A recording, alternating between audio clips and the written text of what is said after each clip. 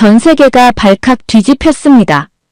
미국 민주주의가 한국을 모방한다고 세계 최강국이 작은 나라의 시위 방식을 배우다니. 실제로 2025년 1월 하버드 대학에 유출된 정부 기밀문서 하나가 미국 전역을 뒤흔들었습니다. 50개 주에서 동시다발적으로 시작된 시위에서 미국 시민들은 촛불 대신 휴대폰 불빛을 들었고 대한민국처럼 우리는 할 수 있다라는 플래카드가 타임스퀘어 대형 스크린에 비춰졌습니다. CNN 속보에 따르면 시위 현장의 89%에서 한국 민주화 운동의 상징물이 발견되었고 미국 역사상 처음으로 대자보가 캠퍼스를 뒤덮었습니다. 백악관 수석 전략가는 한국식 시위는 미국에서 절대 통하지 않을 것이라 단언했지만 도대체 어떻게 한 장의 문서가 슈퍼파워 미국의 시위 문화를 완전히 바꿔놓았을까요? 그리고 왜 하필 한국의 민주화 방식이 미국인들의 마음을 사로잡은 걸까요? 사연 바로 시작하겠습니다. 영상 시작 전 구독과 좋아요, 불우이웃을 위해 끝까지 시청 부탁드립니다. 안녕하세요. 저는 에드 케니입니다. 저는 하버드 대학에서 정치학과 동아시아 연구로 박사 학위를 받은 42세의 미국 국회 공무원입니다. 현재 교육부 특별전담팀에서 일하며 정부와 학계 사이에서 균형을 잡는 역할을 하고 있어요. 하버드 출신으로 국회에서 일하게 된 지도 벌써 5년이 되었네요. 오늘의 안건은 하버드를 지목한 정치적 정책 문서 작성이었습니다. 제 앞에 놓인 태블릿에는 초안이 띄워져 있었어요. 단어 하나하나가 가시처럼 느껴졌죠. 이건 너무 직설적입니다. 표현을 조금 완화해야 할 것 같은데요. 제 목소리가 회의실에 울렸어요.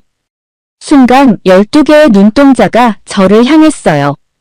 특히 TF 팀장 맥너티의 차가운 시선이 등골을 서늘하게 만들었죠.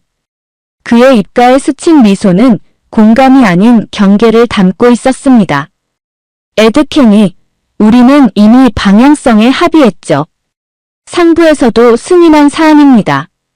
맥너티의 목소리는 부드러웠지만 그 속에 담긴 강철 같은 의지가 느껴졌어요. 회의가 끝나갈 무렵 휴대폰에 맥너티의 메시지가 도착했습니다. 화면 속 글자들이 제 심장을 쥐어짰어요. 상부에서 연락 왔습니다. 오늘 안에 최종안 회람하라는 지시네요. 저는 어두컴컴한 사무실로 돌아와 모니터 앞에 앉았습니다. 푸른 빛이 제 얼굴을 비추는 가운데 문서를 한 줄 한 줄 다시 읽어내려가며 깊은 한숨을 내쉬었어요.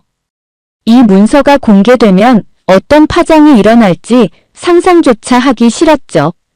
손가락이 키보드 위를 맴돌다 결국 문서를 회람용으로 저장했습니다. 다음 날 아침 커피를 마시던 중 휴대폰이 미친 듯이 울렸어요. 화면에 맥너티라는 이름이 번쩍였습니다. 그의 목소리는 평소보다 한 옥타브 높았어요. 케니, 외부 수신자에게 문서가 발송됐다는데 당신이 보낸 건가요? 그 순간 제 심장이 멎는 듯 했습니다. 손이 떨리며 노트북을 열어 어제 저장한 문서를 확인했어요. 수신자 목록에 놓쳤던 이메일 하나가 눈에 들어왔죠. 하버드 대학교 총장실 주소였습니다. 맥너티와 통화 중에 노트북 화면에 뉴스 알림이 떴어요. 전국적인 시위가 시작되었다는 속보였습니다. 마치 운명의 장난처럼 느껴졌죠. 의자에서 일어나 창밖을 바라보니 멀리 도시 광장에 사람들이 모여들고 있었어요. 뉴스 영상을 확대해보니 대형 스크린에서 광주민주화운동 영상이 상영되고 있었습니다. 시위대는 촛불 대신 휴대폰 불빛을 높이 들고 있었죠. 그들의 얼굴에서는 한국 시민들이 보여줬던 것과 같은 결연함이 느껴졌어요. 저는 하버드 캠퍼스로 향하는 택시 안에서 손에 땀이 배어나왔습니다. 창밖으로 보스턴의 거리는 평소와 달리 사람들로 붐볐어요. 곳곳에 모인 시민들의 표정에서 결연함이 느껴졌죠. 령가버 총장의 목소리가 통화 중에 무겁게 들려왔습니다. 에드, 대체 어떻게 된 거지? 정부 문서가 우리 이메일로 왔네. 택시에서 내려 눈앞에 펼쳐진 하버드 캠퍼스는 마치 다른 세계 같았어요. 10년 전 이곳에서 한국의 민주화 과정을 연구하던 시절이 주마등처럼 스쳐 지나갔습니다. 그때는 몰랐죠. 제가 연구했던 그 역사가 언젠가 미국의 현실이 될 줄은요. 령가버는 저를 보자마자 비상회의실로 안내했습니다. 그의 얼굴에는 걱정과 의문이 교차하고 있었어요. 이게 단순한 행정 실수인가 아니면 다른 의도가 있는 건가? 회의실 창을 통해 캠퍼스를 내려다보며 저는 깊은 숨을 내쉬었습니다. 이제 돌아갈 수 없는 강을 건넜다는 느낌이 들었어요. 실수로 문서를 유출했지만 그 내용은 실제 정부의 계획입니다. 제 양심이 더는 묵과할 수 없었어요. 령가버의 눈이 커졌습니다. 그의 표정이 충격에서 점차 이해로 변해가는 것이 보였어요. 회의실의 대형 화면에서는 CNN 뉴스가 나오고 있었죠. 미국 전역 50개주에서 동시다발적으로 시위가 벌어지고 있다는 보도였습니다. 카메라가 뉴욕 타임스 스퀘어를 비추자 제 심장이 빠르게 뛰기 시작했어요. 거대한 디지털 스크린의 대한민국처럼 우리는 할 수 있다라는 문구가 빛나고 있었죠. 그 순간 제 가슴이 뭉클해졌습니다. 10년 전 서울의 광화문 광장에서 느꼈던 그 감동이 다시 살아났어요. 령가버는 법무팀을 불러 정부 측에 정중한 확인 요청을 시작했습니다. 그의 목소리에는 단호함이 깃들어 있었어요. 에드, 당신은 양쪽 세계를 모두 아는 사람입니다. 우리가 어떻게 대응해야 할지 조언해 주겠습니까? 창밖으로 시선을 돌리자 캠퍼스 게시판 앞에 모인 학생들이 보였습니다. 그들은 뭔가를 진지하게 바라보고 있었어요. 가까이 다가가 보니 한국 대학가의 대자보 사진들이 게시판에 붙어 있었죠.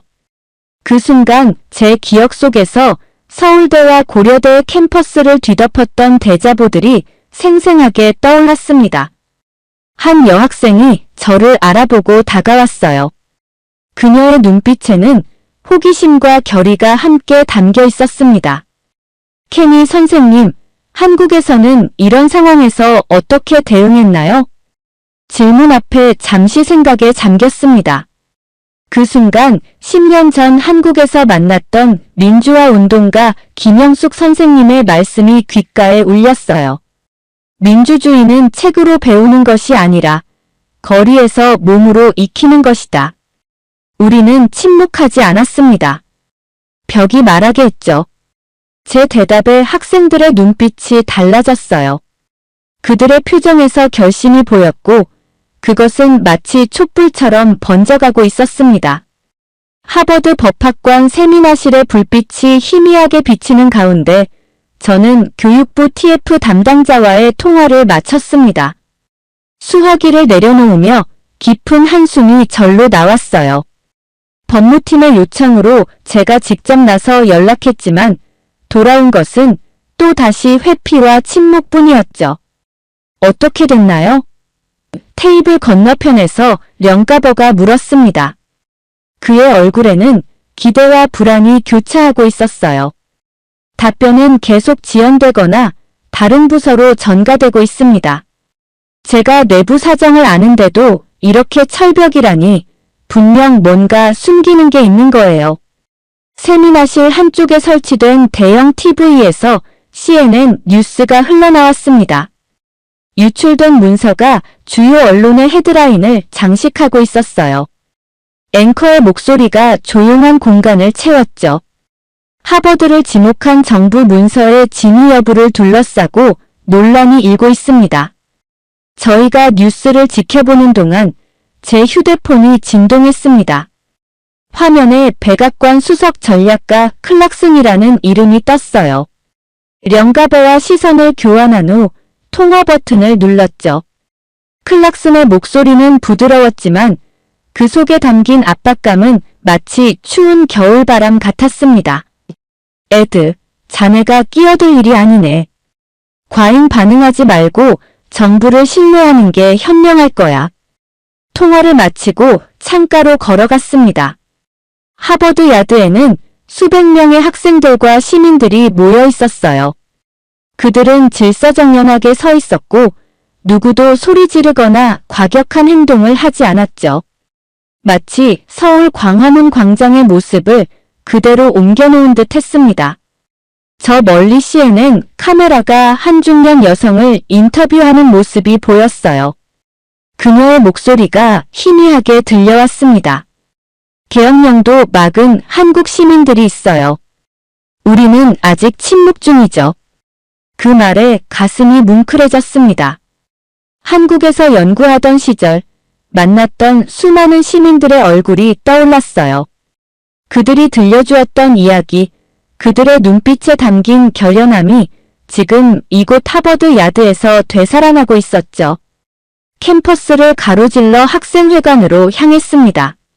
멀리서부터 학생들의 열띤 토론 소리가 들려왔어요.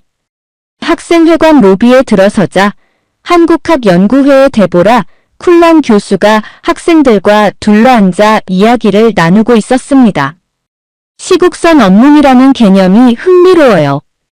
한국에서는 이것이 어떤 의미였나요? 한 학생이 질문했고 데보라는 학생들에게 한국 민주화 운동의 역사를 설명하고 있었죠. 그때 한 중국인 유학생이 불쑥 끼어들었습니다. 한국 시위는 사실 천안문 시위를 모방한 것이다. 순간 로비가 조용해졌어요.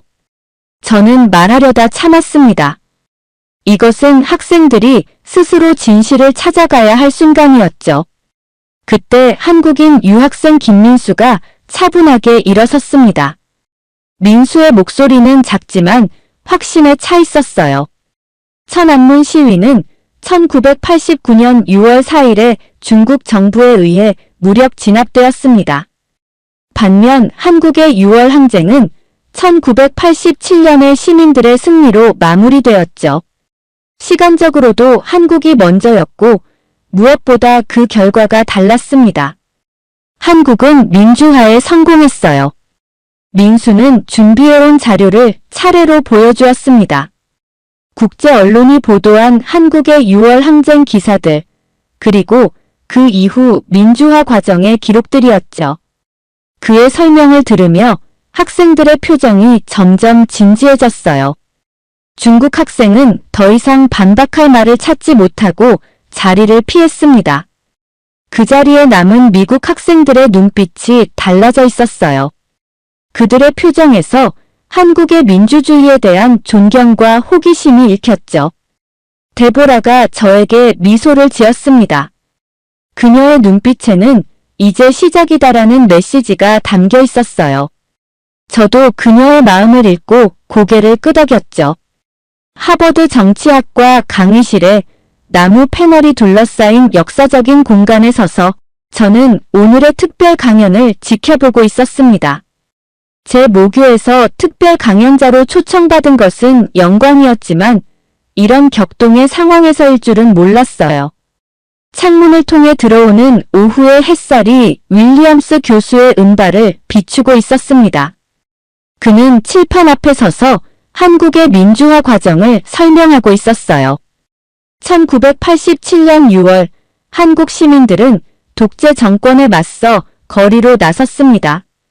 그들의 평화적 저항은 결국 계엄령 해제와 민주화를 이끌어냈죠. 윌리엄스의 목소리가 강의실을 울리는 가운데 학생들은 숨소리조차 내지 않고 경청했습니다. 마치 과거와 현재가 교차하는 순간이었어요. 창밖으로는 캠퍼스에 모인 시위대가 보였고 강의실 안에서는 30년 전 한국의 이야기가 펼쳐지고 있었죠. 강의가 끝나갈 무렵 뒷자리에 앉아있던 학생 제임스가 손을 들었습니다. 그는 체구는 작지만 카리스마가 넘치는 학생이었어요. 교수님, 우린 왜 시국선언을 안 합니까? 한국 학생들처럼요. 그의 질문에 강의실이 잠시 고요해졌습니다. 윌리엄스는 당황한 듯 했지만 곧 저를 바라봤어요. 케니 선생님, 어떻게 생각하십니까? 실제 한국에서 연구하셨던 분으로서 말입니다. 모든 시선이 저에게 쏠렸습니다. 목을 가다듬고 앞으로 나섰어요. 제 머릿속에는 10년 전 서울대학교에서 본 대자보와 시국선 언문들이 생생하게 떠올랐습니다. 시국선언은 단순한 성명이 아니었어요. 그것은 지식인의 양심과 책임이 담긴 행동이었죠. 침묵하는 것보다 목소리를 내는 것이 더 큰 의미가 있었습니다. 학생들의 눈빛이 변하는 것을 느낄 수 있었어요. 그들의 표정에서 결심과 용기가 엿보였습니다. 강의가 끝난 후에도 많은 학생들이 자리를 뜨지 않고 남아 토론을 이어갔어요. 저녁이 깊어갈 무렵 학생회관의 회의실에는 여전히 불빛이 켜져 있었습니다. 유리창 너머로 들여다보니 제임스와 데보라 쿨란을 중심으로 학생들이 모여 무언가를 열심히 작성하고 있었어요. 그들의 얼굴에는 피로함보다 사명감이 더 크게 자리 잡고 있었죠. 밤새 학생들은 시국선 언문을 작성했고 다음날 아침 일찍 대자보 형식으로 게시판에 부착했습니다. 아침 햇살에 비친 하얀 종이 위에 검은 글씨가 마치 진실을 외치는 목소리처럼 느껴졌어요. 우리는 권력의 압력 앞에 침묵하지 않습니다. 학문의 자유와 민주주의의 가치를 지키기 위해 목소리를 높입니다. 첫 대자보가 붙자 캠퍼스는 술렁이기 시작했습니다. 일부 학생들은 대자보를 비웃거나 심지어 찢기도 했어요. 이게 무슨 소용이 있겠어? 라며 조롱하는 목소리도 들렸죠. 그러나 다음 날 놀라운 일이 벌어졌습니다. 찢겨나간 대자보 자리에 더 많은 대자보가 붙었어요. 마치 봄비 내린 후 돋아나는 새싹처럼 캠퍼스 곳곳에 대자보가 피어났습니다. 한국의 대학가를 연상시키는 광경이었죠. 대자보의 내용은 하루가 다르게 진화했어요. 처음에는 단순한 항의였지만 점차 체계적인 논리와 역사적 사례를 담은 설득력 있는 글로 발전해갔습니다. 학생들은 한국의 민주화 과정을 연구하고 그 교훈을 미국의 현실에 적용하고 있었어요. 령가버 총장은 비상대책회의를 소집했습니다. 오크나무 테이블을 둘러싼 행정부와 교수진의 표정은 심각했어요. 학생들의 움직임을 어떻게 볼 것인가? 교육부는 이미 압박을 가하고 있습니다. 회의실의 무거운 공기 속에서 저는 한국에서의 경험을 떠올렸습니다. 진정한 변화는 항상 아래에서부터 시작된다는 사실을요. 이것은 단순한 반항이 아닙니다. 민주적 참여의 표현이죠. 우리는 이를 존중해야 해요. 역사는 우리가 이 순간 어떤 선택을 했는지 기억할 것입니다. 긴 토론 끝에 령가버는 결단을 내렸습니다. 그의 눈빛에는 걱정과 함께 확신이 담겨 있었어요. 우리는 더 이상 협상하지 않을 것입니다.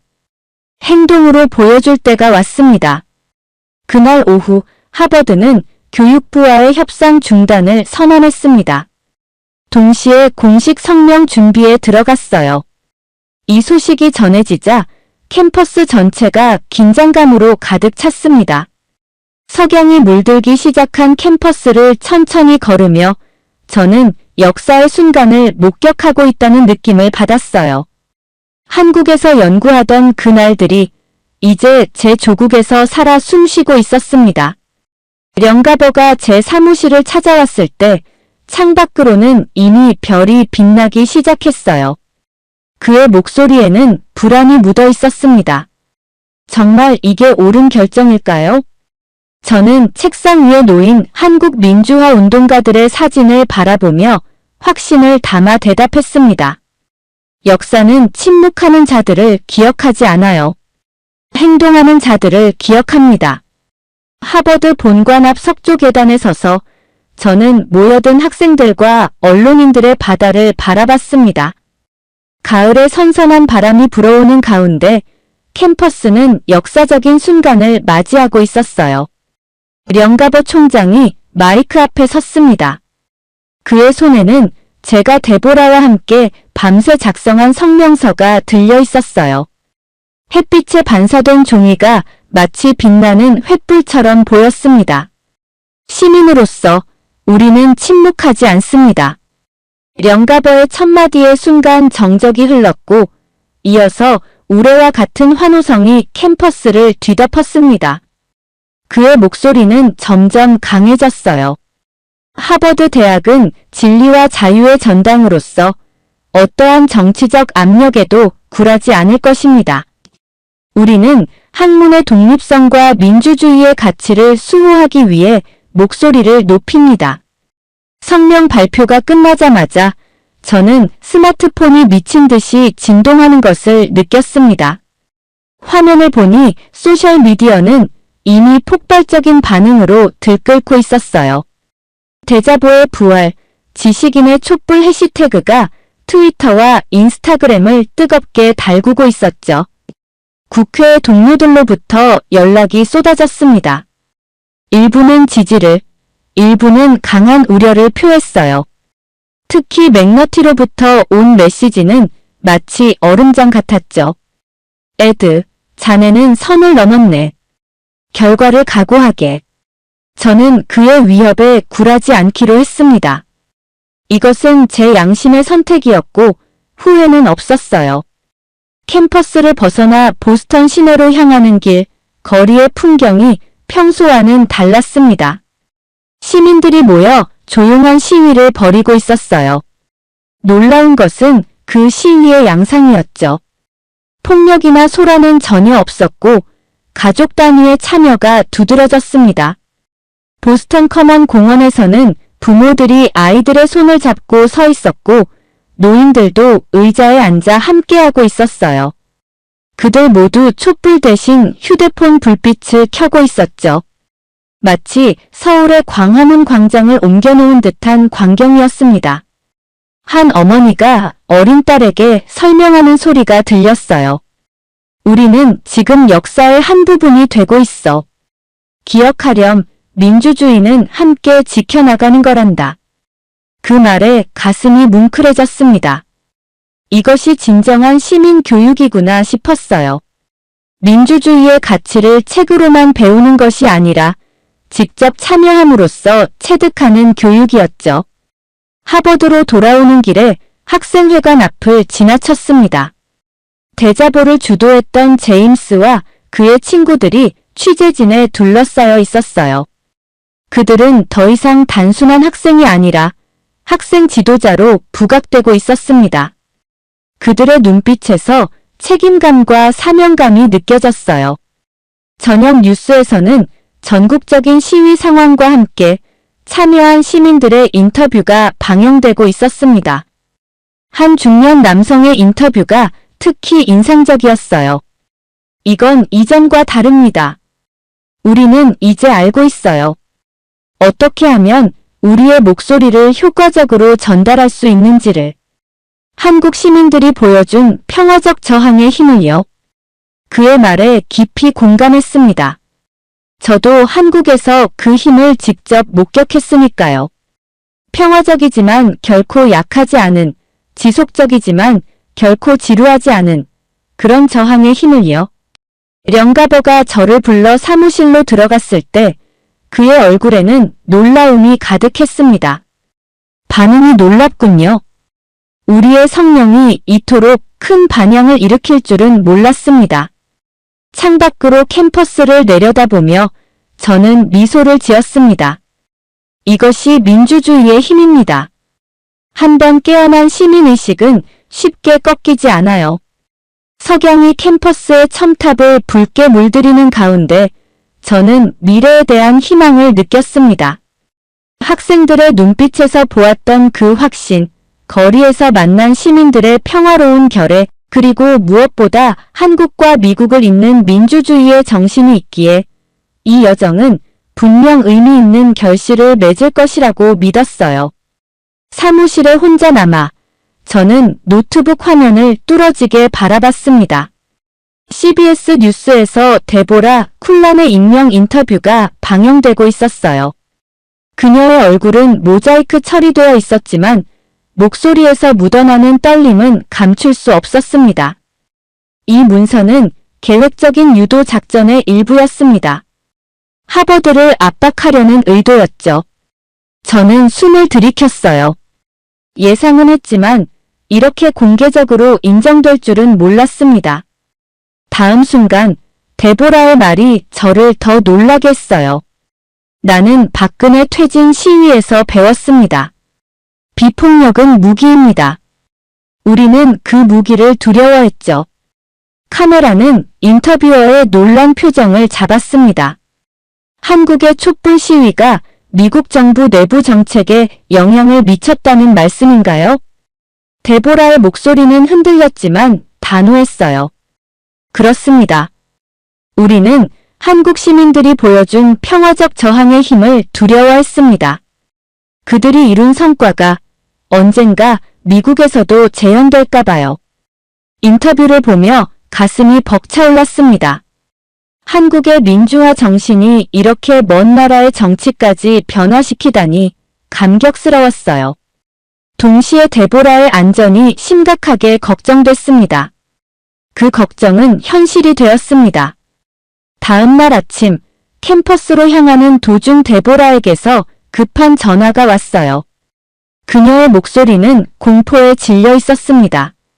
에드, 제 신원이 온라인에 퍼졌어요. 일부 극단주의 사이트에서는 제 주소까지 공개하면서 위협을 가하고 있습니다. 즉시 차를 돌려 데보라의 아파트로 향했습니다.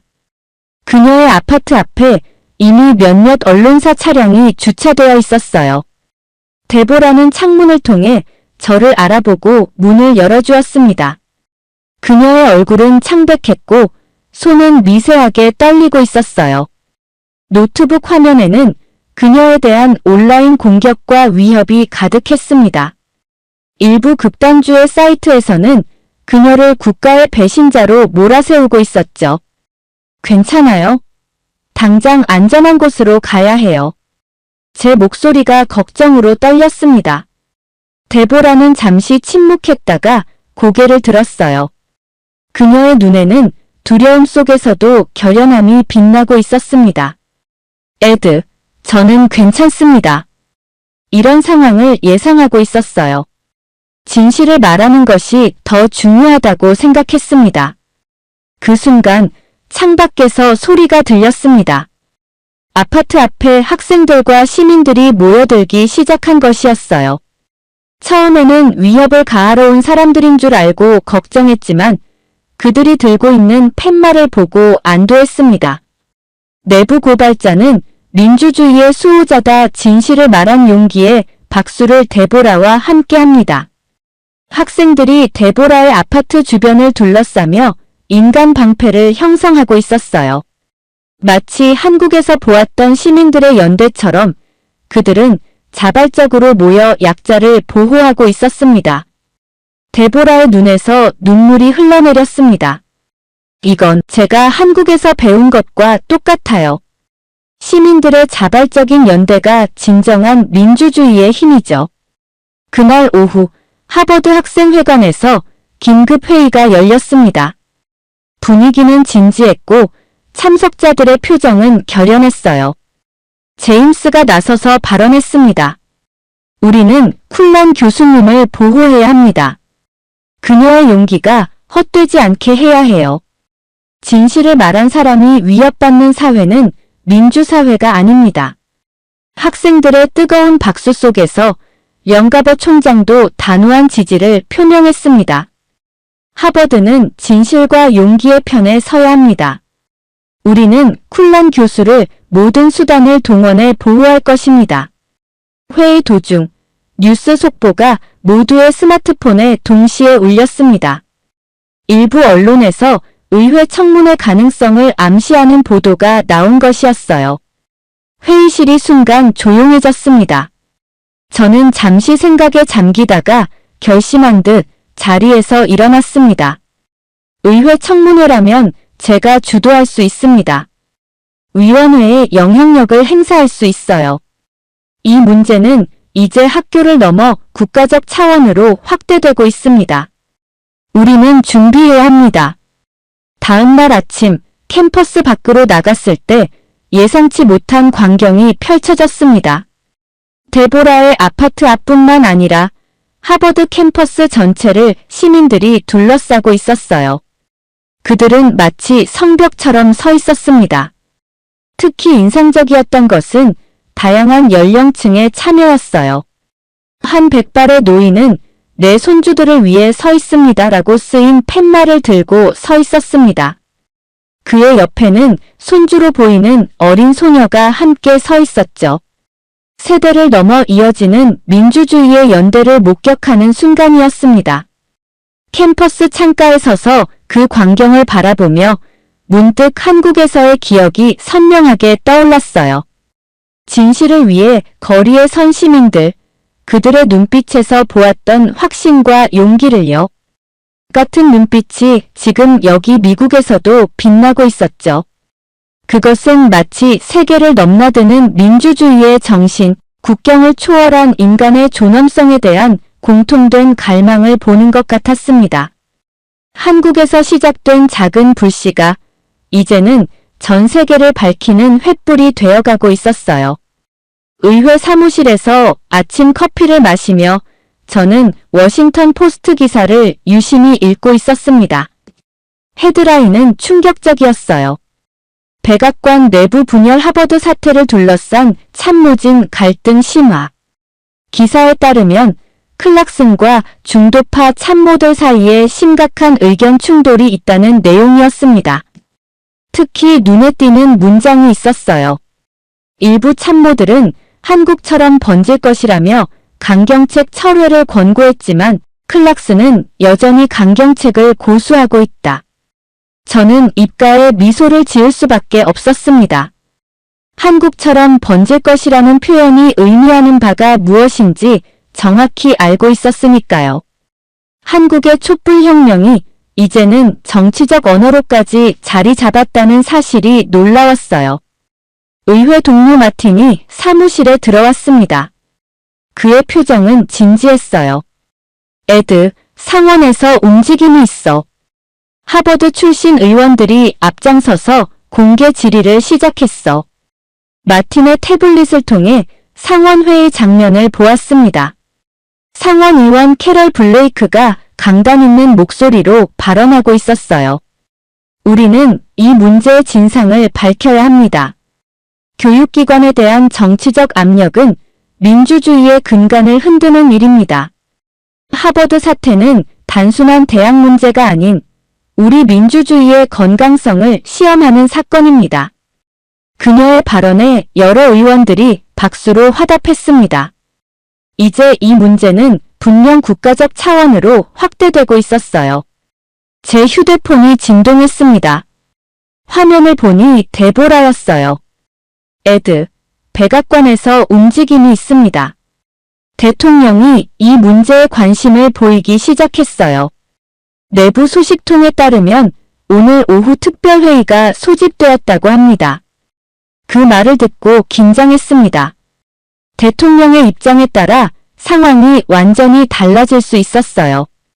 지금까지의 모든 노력이 수포로 돌아갈 수도 있었죠. 확실한 정보인가요? 제가 물었습니다.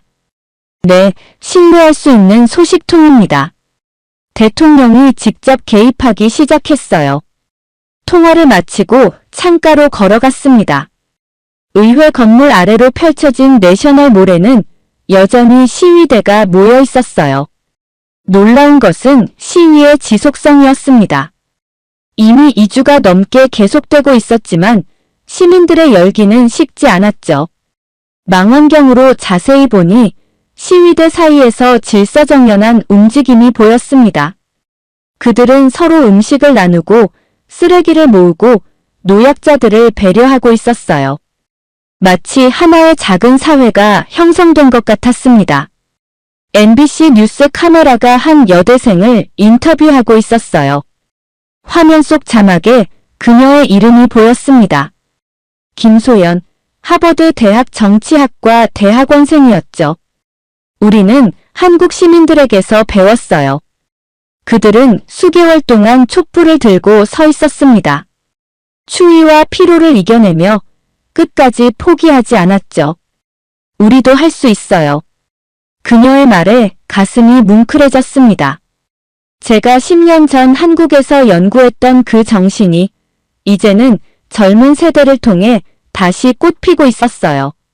마치 민주주의의 DNA가 세대를 넘어 전해지는 것 같았습니다.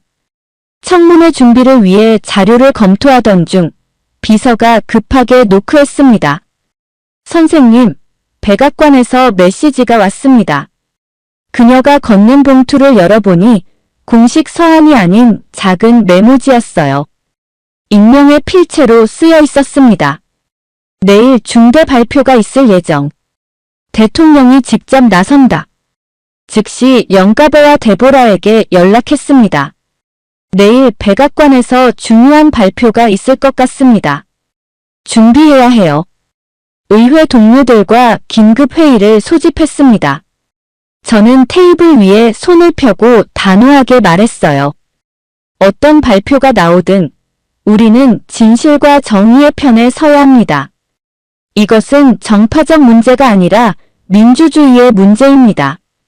회의실 창밖으로 석양이 워싱턴 기념탑을 붉게 물들이고 있었습니다. 역사의 순간들이 이런 평범한 저녁에도 만들어지고 있다는 생각이 들었어요. 한 동료가 물었습니다. 에드, 정말 한국의 경험이 미국에도 적용될 수 있을까? 우리는 너무 다른 나라 아닌가? 저는 잠시 생각에 잠겼다가 대답했습니다. 민주주의의 본질은 어디서나 같습니다. 시민들의 목소리, 평화적 저항의 힘, 진실을 위한 용기. 이런 가치들은 국경을 초월해요. 한국이 이룬 성과는 단순한 한 나라의 역사가 아니라 인류 보편적 가치의 승리입니다. 회의실에 잠시 정적이 흘렀고 이내 모두가 고개를 끄덕였습니다. 우리는 함께 내일을 준비하기로 했어요. 그날 밤 사무실을 떠나기 전 창밖을 바라봤습니다. 워싱턴의 밤하늘에 별들이 빛나고 있었어요.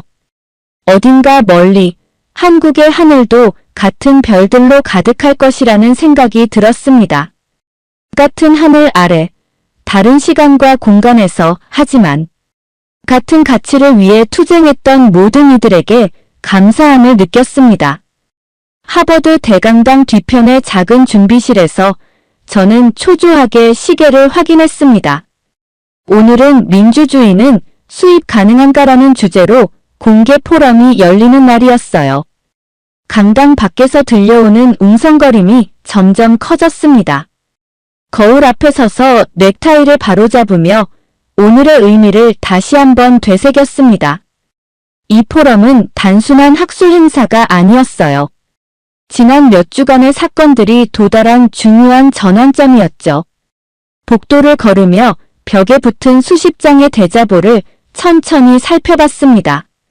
그것들은 마치 갤러리처럼 정성스럽게 배치되어 있었어요. 처음 붙었던 날짜 순서대로 학생들의 민주주의에 대한 생각이 진화해온 과정을 보여주고 있었습니다. 정말 인상적이지 않나요? 데보라의 목소리가 들렸습니다. 그녀는 이제 위협에도 불구하고 당당하게 공개석상에 나서고 있었어요. 저는 미소 지으며 대답했습니다. 대자보의 힘입니다. 한국에서 보았던 그 장면이 여기서 재현되고 있어요. 데보라의 눈에는 깊은 감사함이 담겨 있었습니다. 당신이 아니었다면 불가능했을 거예요. 두 문화를 연결해준 다리가 되어주셔서 감사합니다. 무대로 올라가기 전 창밖을 바라봤습니다. 캠퍼스 광장에는 여전히 많은 시민들이 모여 있었어요. 하버드 야드의 잔디밭은 사람들로 가득했고 그들은 질서정연하게 앉아 대형 스크린을 통해 포럼을 지켜볼 준비를 하고 있었습니다. 대강당의 문이 열리고 포럼이 시작되었습니다.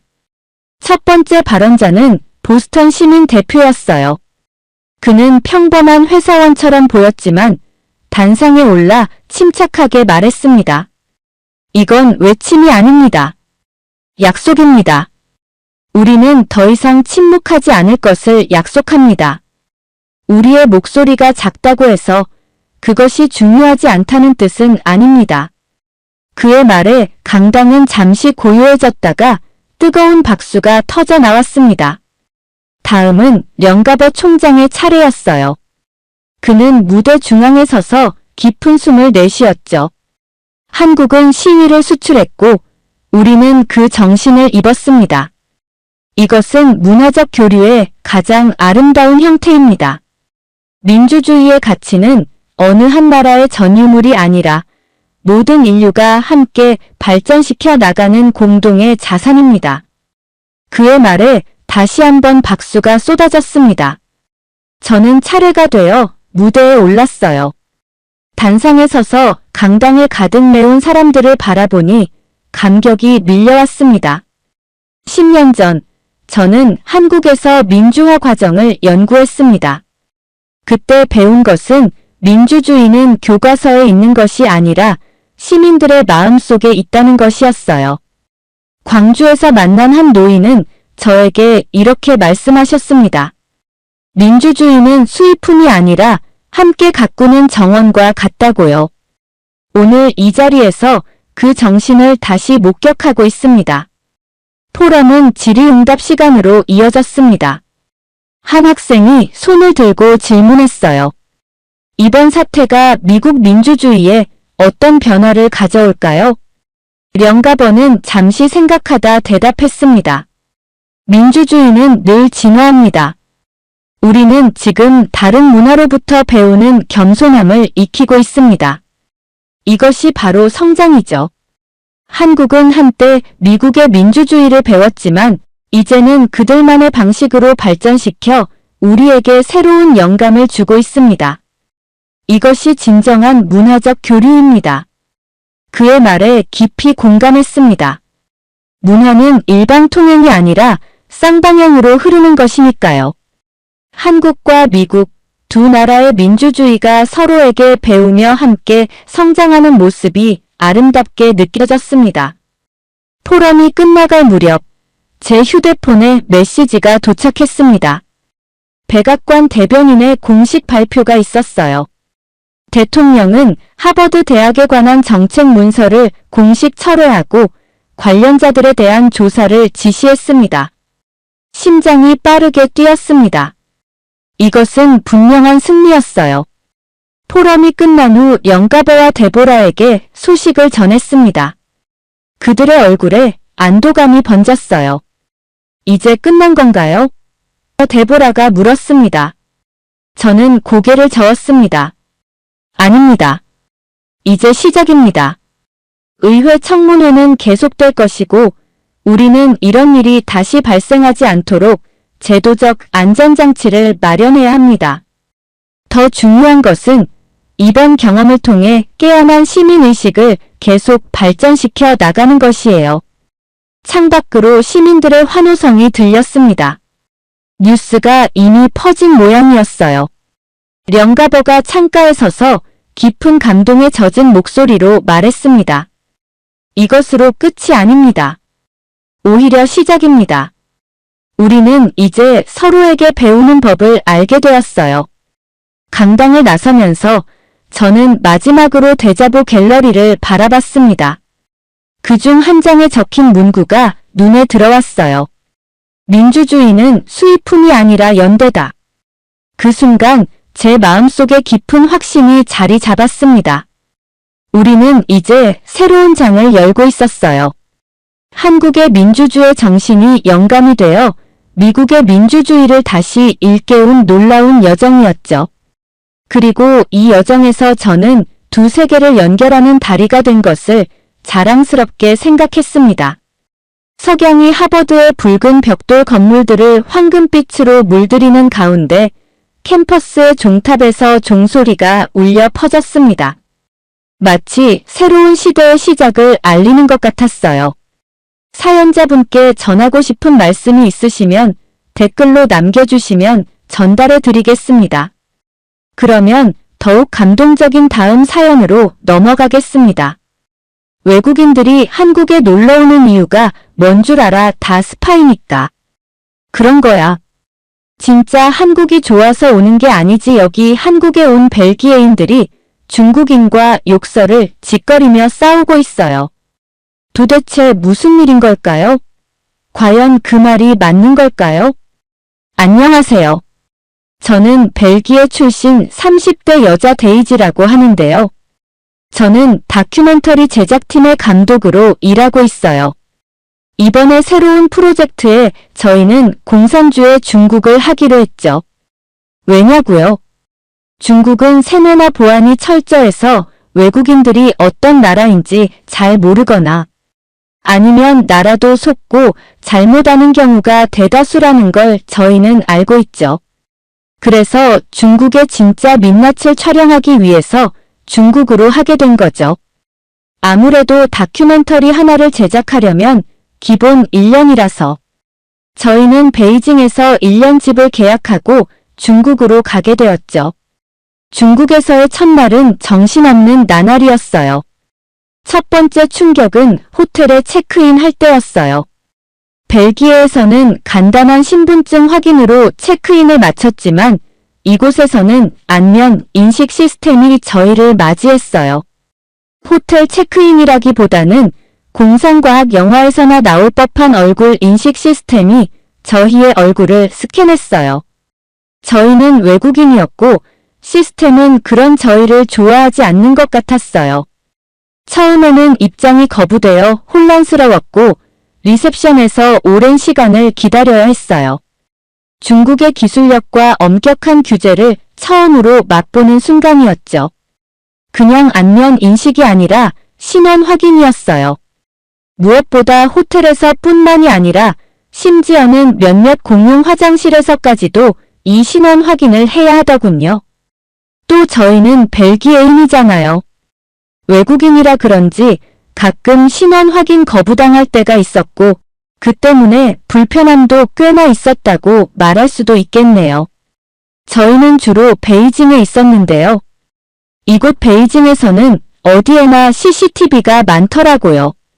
길모퉁이마다 건물마다 공공장소마다 CCTV가 설치되어 있었어요. 중국은 세계에서 가장 많은 CCTV를 보유하고 있는데 그게 자그마치 3억 대나 된다고 합니다. 믿겨지세요? 그리고 이 카메라들은 사람이나 차가 지나갈 때마다 플래시를 터뜨리며 찍었는데요. 마치 살아있는 것 같았죠. 저도 처음에는 그냥 교통정리용이겠거니 싶었죠. 하지만 실상은 훨씬 더 불안했는데요. 바로 허페이 국립과학센터가 만든 사상을 분석하는 인공지능이었던 것입니다. 이 시설은 단순히 이미지를 캡처하는 데 그치지 않고 사람들의 시선, 표정, 심지어 뇌파까지 분석하여 그들이 중국의 사상교육, 즉 공산당을 얼마나 잘 적극적으로 받아들이고 있는지 분석하는 기술이었죠. 심한 공산주의였죠. 그 때문인지는 잘 몰라도 중국은 맥도날드와 같은 글로벌 프랜차이즈조차 죄다 한자로 바꿔서 쓰더라고요.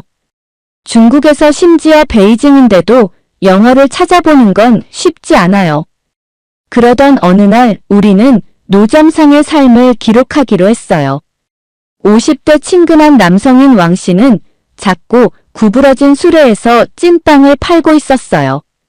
주름이 많고 능숙한 그의 손은 손님들에게 서비스를 제공하면서 연습한 듯 능숙하게 움직였어요. 촬영하는 동안 현직 경찰 한 명이 다가왔어요. 그는 허가증을 보여달라고 요구하며 우리의 의도를 의심했어요. 상황은 빠르게 악화되었고 왕 씨는 눈에 띄게 괴로워했어요. 그는 경찰관에게 자신은 단순한 노점상일 뿐이며 문제를 일으키고 싶지 않다고 설명하며 선처를 호소했어요. 결국 경찰관은 자리를 떴지만 이 사건은 우리에게 큰 충격을 주었어요. 우리가 밟고 있는 아슬아슬한 선을 극명하게 상기시켜준 사건이었죠. 또 저희는 중국의 어느 학교를 취재하기 위해 방문했는데요. 교가를 보니 그냥 꿈, 희망 이런 얘기가 아니라 중국의 공산당과 위대함에 대한 가사더라고요. 그걸 아이들은 잘 낭송하고 있었고요. 정말 충격이 아닐 수가 없었죠. 중국에서는 매일 새로운 계시와 새로운 이야기를 접할 수 있었어요. 또 알아보니까 중국의 사립이 아닌 학교는 대부분 이러 사상 교육을 받고 있더라고요. 특히나 세계는 중국의 적이다. 라는 사상을 많이요. 이게 세뇌가 아니면 뭐겠어요. 저는 놀랐죠. 마치 몇십 년 전에 아직도 살고 있는 것만 같았으니까요. 하지만 저희는 이걸 꼭 다큐멘터리에 남겨야겠다고 생각했어요. 중국 정부가 보여주는 중국은 화려함의 극치를 달리는데 실상 내부는 맘대로 출입국도 못하는 모순된 나라더군요. 그리고 중국에서 체류한 지 약 2달도 안 되어 충격적인 법안이 시행되었어요. 바로 중국 정부는 막 첫 번째 반간첩법을 제정했고 중국 내 분위기는 확연히 달라졌지요. 이 법은 단순한 벌금형 같은 종이 조각이 아니라 스파이를 잡기 위해 그물을 넓게 쳐서 징역형에 처할 정도로 엄중한 처벌을 내리는 법이었어요. 이 법은 외국인 특히 미국, 벨기에, 일본, 한국 등 중국과 장밋빛 관계를 맺지 않은 국가 출신의 외국인의 초점을 맞춰 만들어졌죠. 이러한 상황은 우리에게 단순한 뉴스 헤드라인을 넘어올 감히를 조이는 것과 같았어요. 반간첩법은 티베트나 중국 정치와 같은 민감한 주제를 검색하는 것과 같은 무해한 활동조차도 중국 정부가 하나하나 세세하게 감시하기 때문에 구속될 수가 있었고 그 때문에 중국의 문화와 사회를 탐구하고자 했던 다큐멘터리 프로젝트는 한순간에 갑자기 위험해질 수밖에 없었죠. 당연합니다. 중국이 보여주고 싶지 않은 곳까지 촬영하는데요. 인터넷을 클릭할 때마다 길거리에서 인터뷰를 할 때마다 위험한 기운이 감돌았어요. 현지인들로부터 들은 이야기는 점점 더 어두운 톤으로 변해갔어요. 현지 상점 주인인 장 씨를 인터뷰했을 때가 생생하게 기억납니다. 그는 간첩 혐의로 체포되어 무려 10년형을 선고받은 50대 일본인에 대해서 들려주었는데요. 그 사람은 그저 간병인으로 일하고 있었다는군요. 중국의 반간첩법 규정은 좀 모호했어요. 시위하는 곳에 가기만 해도 간첩으로 간주될 수도 있었고 중국 정부에 대해서 검색만 해도 간첩으로 간주되니까 말이죠. 그건 첩보 소설 속 이야기가 아니라 바로 여기 중국 한복판에서 벌어지고 있는 일이었어요. 일을 계속하는 동안 두려움은 늘 함께 할 수밖에 없었는데요. 다큐멘터리 프로젝트로 인해 구금될 수 있다는 가능성이 없는 게 아니잖아요. 바람만 불면 바뀌는 법으로 인해 옳고 그름의 경계가 모호한 나라에서 우리가 그 선을 넘고 있는지 어떻게 알 수 있겠어요. 다큐멘터리 제작에 필요한 정보를 수집해야 했지만 그러기엔 중국 정부가 감시할 수 있는 인터넷은 위험했죠.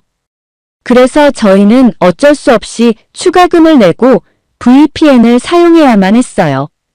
이건 저희같이 다큐멘터리를 만드는 사람뿐만이 아니라 베이징에 사는 사람 중 절반은 사용할걸요. VPN은 중국의 디지털 장벽 밖에 세계로 통하는 비밀 창구였지만 동시에 우리 등의 표적을 그리는 것처럼 느껴지기도 했어요. 로그인할 때마다 감시당하고 있다는 느낌. 어딘가에 우리 이름이 적힌 붉은 깃발이 올라가고 있다는 느낌을 떨쳐버릴 수 없었어요. 만약 들키면 더 큰 형벌에 처할 테니까요. 활기와 색채로 가득했던 중국의 거리에는 이제 불안한 기류가 흐르고 있는 것 같았어요. 사람들은 어깨 너머로 경계하는 눈빛을 보내며 서둘러 생업에 종사했어요. 대화는 조용했고 미소는 다소 억지로 지어졌어요. 마치 나라 전체가 숨을 죽이고 다른 신발이 떨어지기를 기다리는 것 같았어요. 또 한 가지 특별한 사건이 기억에 남네요. 지역 주민들의 일상을 담아내기 위해 공원에서 촬영을 하고 있었어요. 한 무리의 노인들이 태극권 수련을 하고 있더라고요. 분명 고요하고 아무런 문제가 될 없는 장면이었지만 2명의 경찰관이 다가오면서 분위기는 산산조각이 났어요. 그들은 저희에게 허가증을 보여달라고 요구하며 우리의 의도를 의심하더라고요. 그때까지 유지했던 침착한 태도는 서류를 더듬으며 우리 프로젝트를 설명하는 과정에서 흔들렸어요.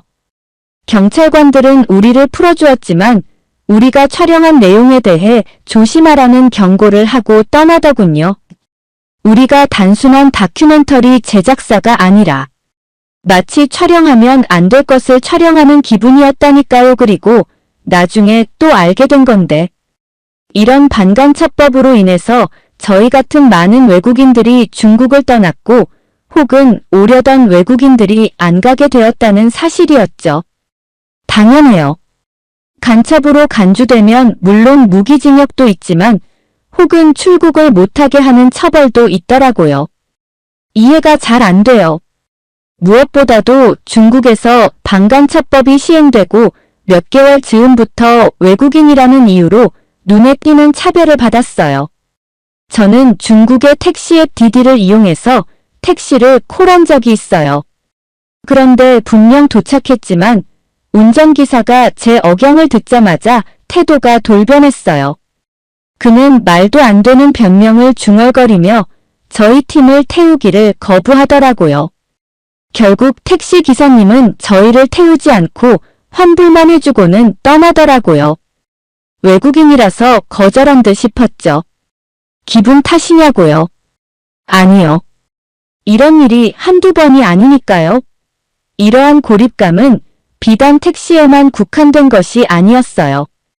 한 오피스 빌딩에서 있었던 사건이 기억납니다. 저는 사람들에게 둘러싸여 엘리베이터를 기다리고 있었어요. 그런데 문이 열리고 사람들이 저를 보고 머뭇거렸어요. 호기심과 경계심 사이에서 갈등하는 듯 시선이 제 얼굴에 닿았다가 멀어졌어요. 그들은 외국인과 엘리베이터를 같이 타기보다는 다음 엘리베이터를 기다리기로 하고 하나둘씩 뒤로 물러났어요. 엘리베이터에 홀로 서서 그들의 경계하는 얼굴로 문이 닫히는 것을 지켜보면서 저는 타자화되는 느낌을 강하게 받았어요. 간첩 방지법은 우리가 하는 모든 일에 긴 그림자를 드리웠어요. 평화로운 소규모 시위에 참석했던 어느 날을 기억합니다.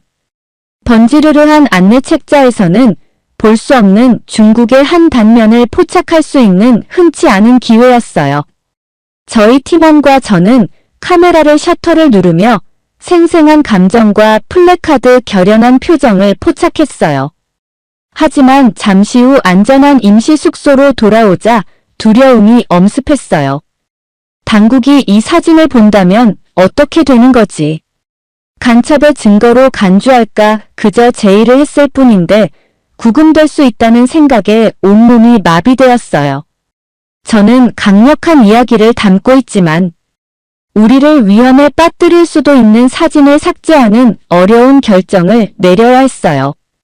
진실의 한 조각을 지우는 것 같아서 마음이 무거웠어요. 그러한 법의 영향과 그로 인한 차별은 단지 외부적인 것만이 아니었어요. 우리 팀의 역학관계에도 영향을 미치기 시작했어요. 우리는 더욱 조심스러워졌고 대화는 만약의 경우 조심해야 한다. 로 가득 찼어요. 모든 계획은 창의적인 장점뿐만 아니라 우리를 곤경에 빠뜨릴 수 있는 가능성도 면밀히 검토했어요. 우리는 언론의 진실성과 우리가 처한 상황에 현실 사이에서 균형을 맞추기 위해 살얼음판을 걷는 심정으로 노력했어요. 중국 정부는 우리가 인터뷰한 사람들과의 교류에도 영향을 미쳤어요. 많은 사람들이 카메라 앞에서 말하는 것을 주저했고 말을 할 때면 긴장한 듯 눈을 반짝였어요. 한 인터뷰 대상자인 어린 학생은 공원의 한적한 구석진 곳에서만 인터뷰에 응했어요.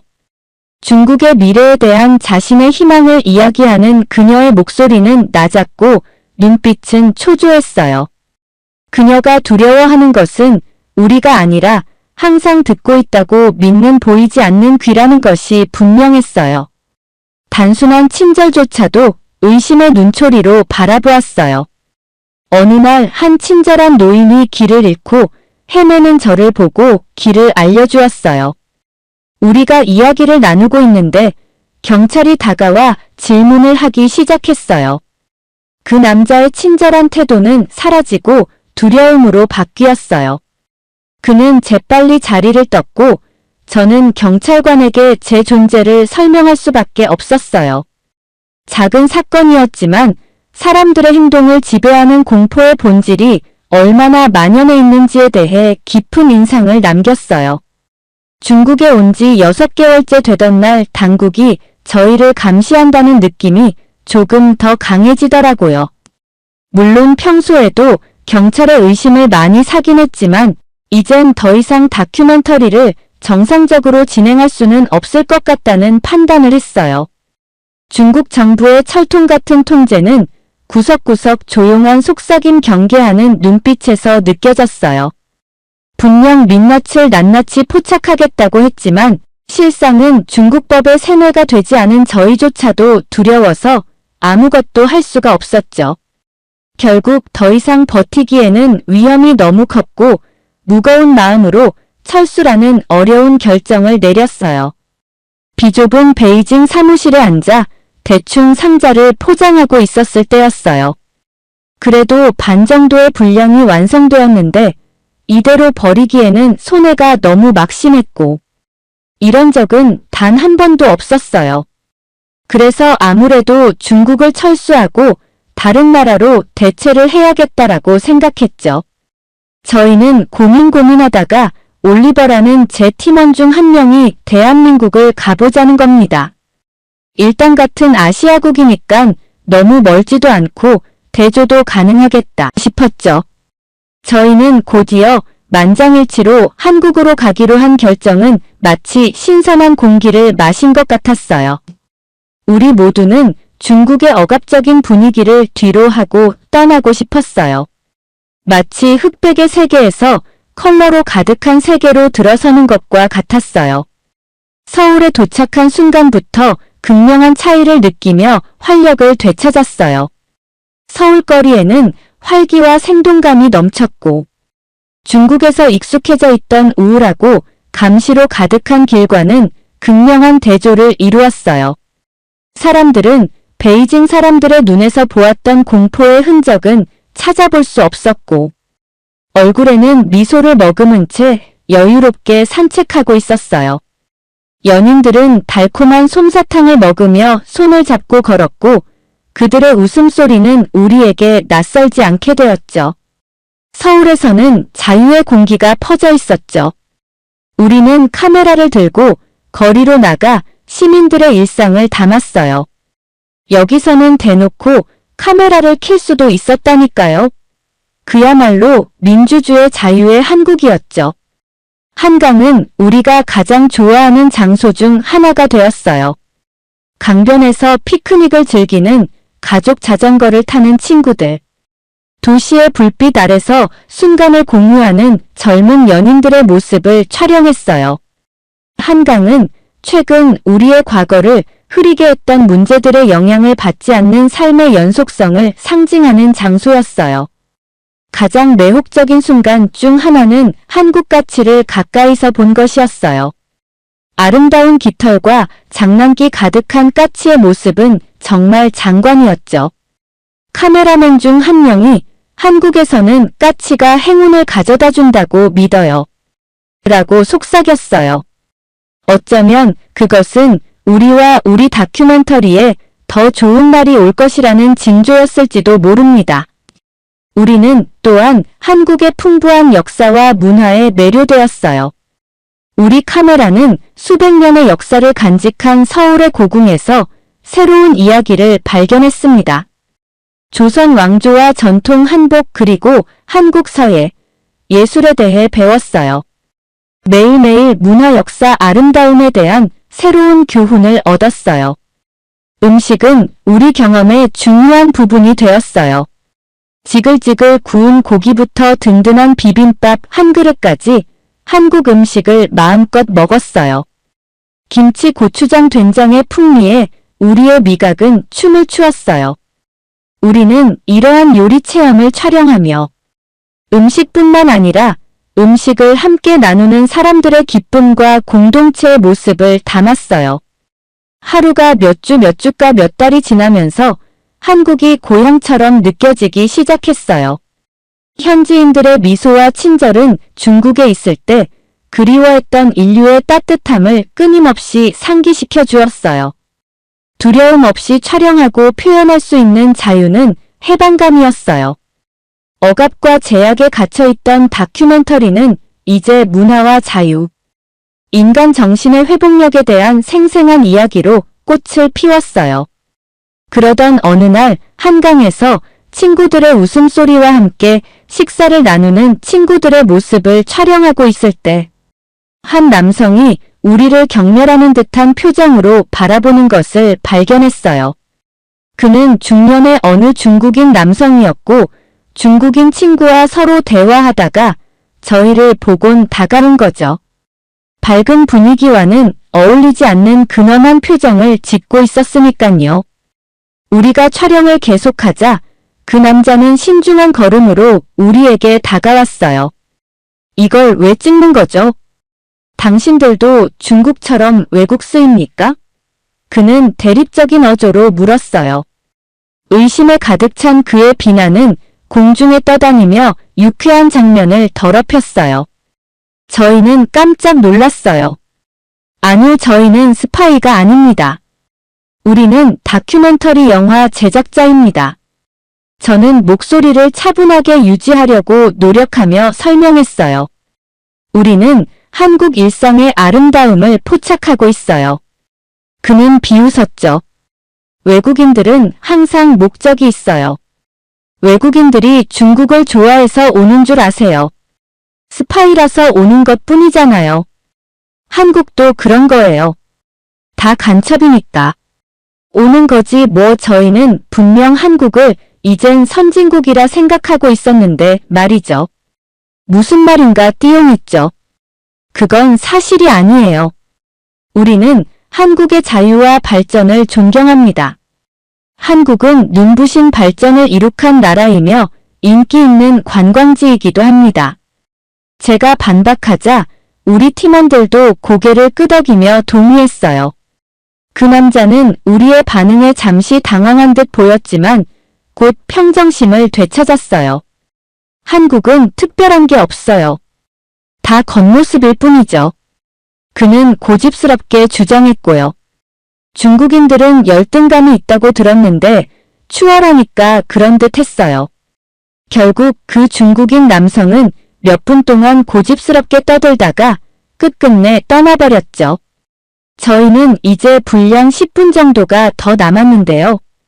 곧 있으면 이 프로젝트도 끝나겠고 이 아름다운 한국도 떠나겠네요.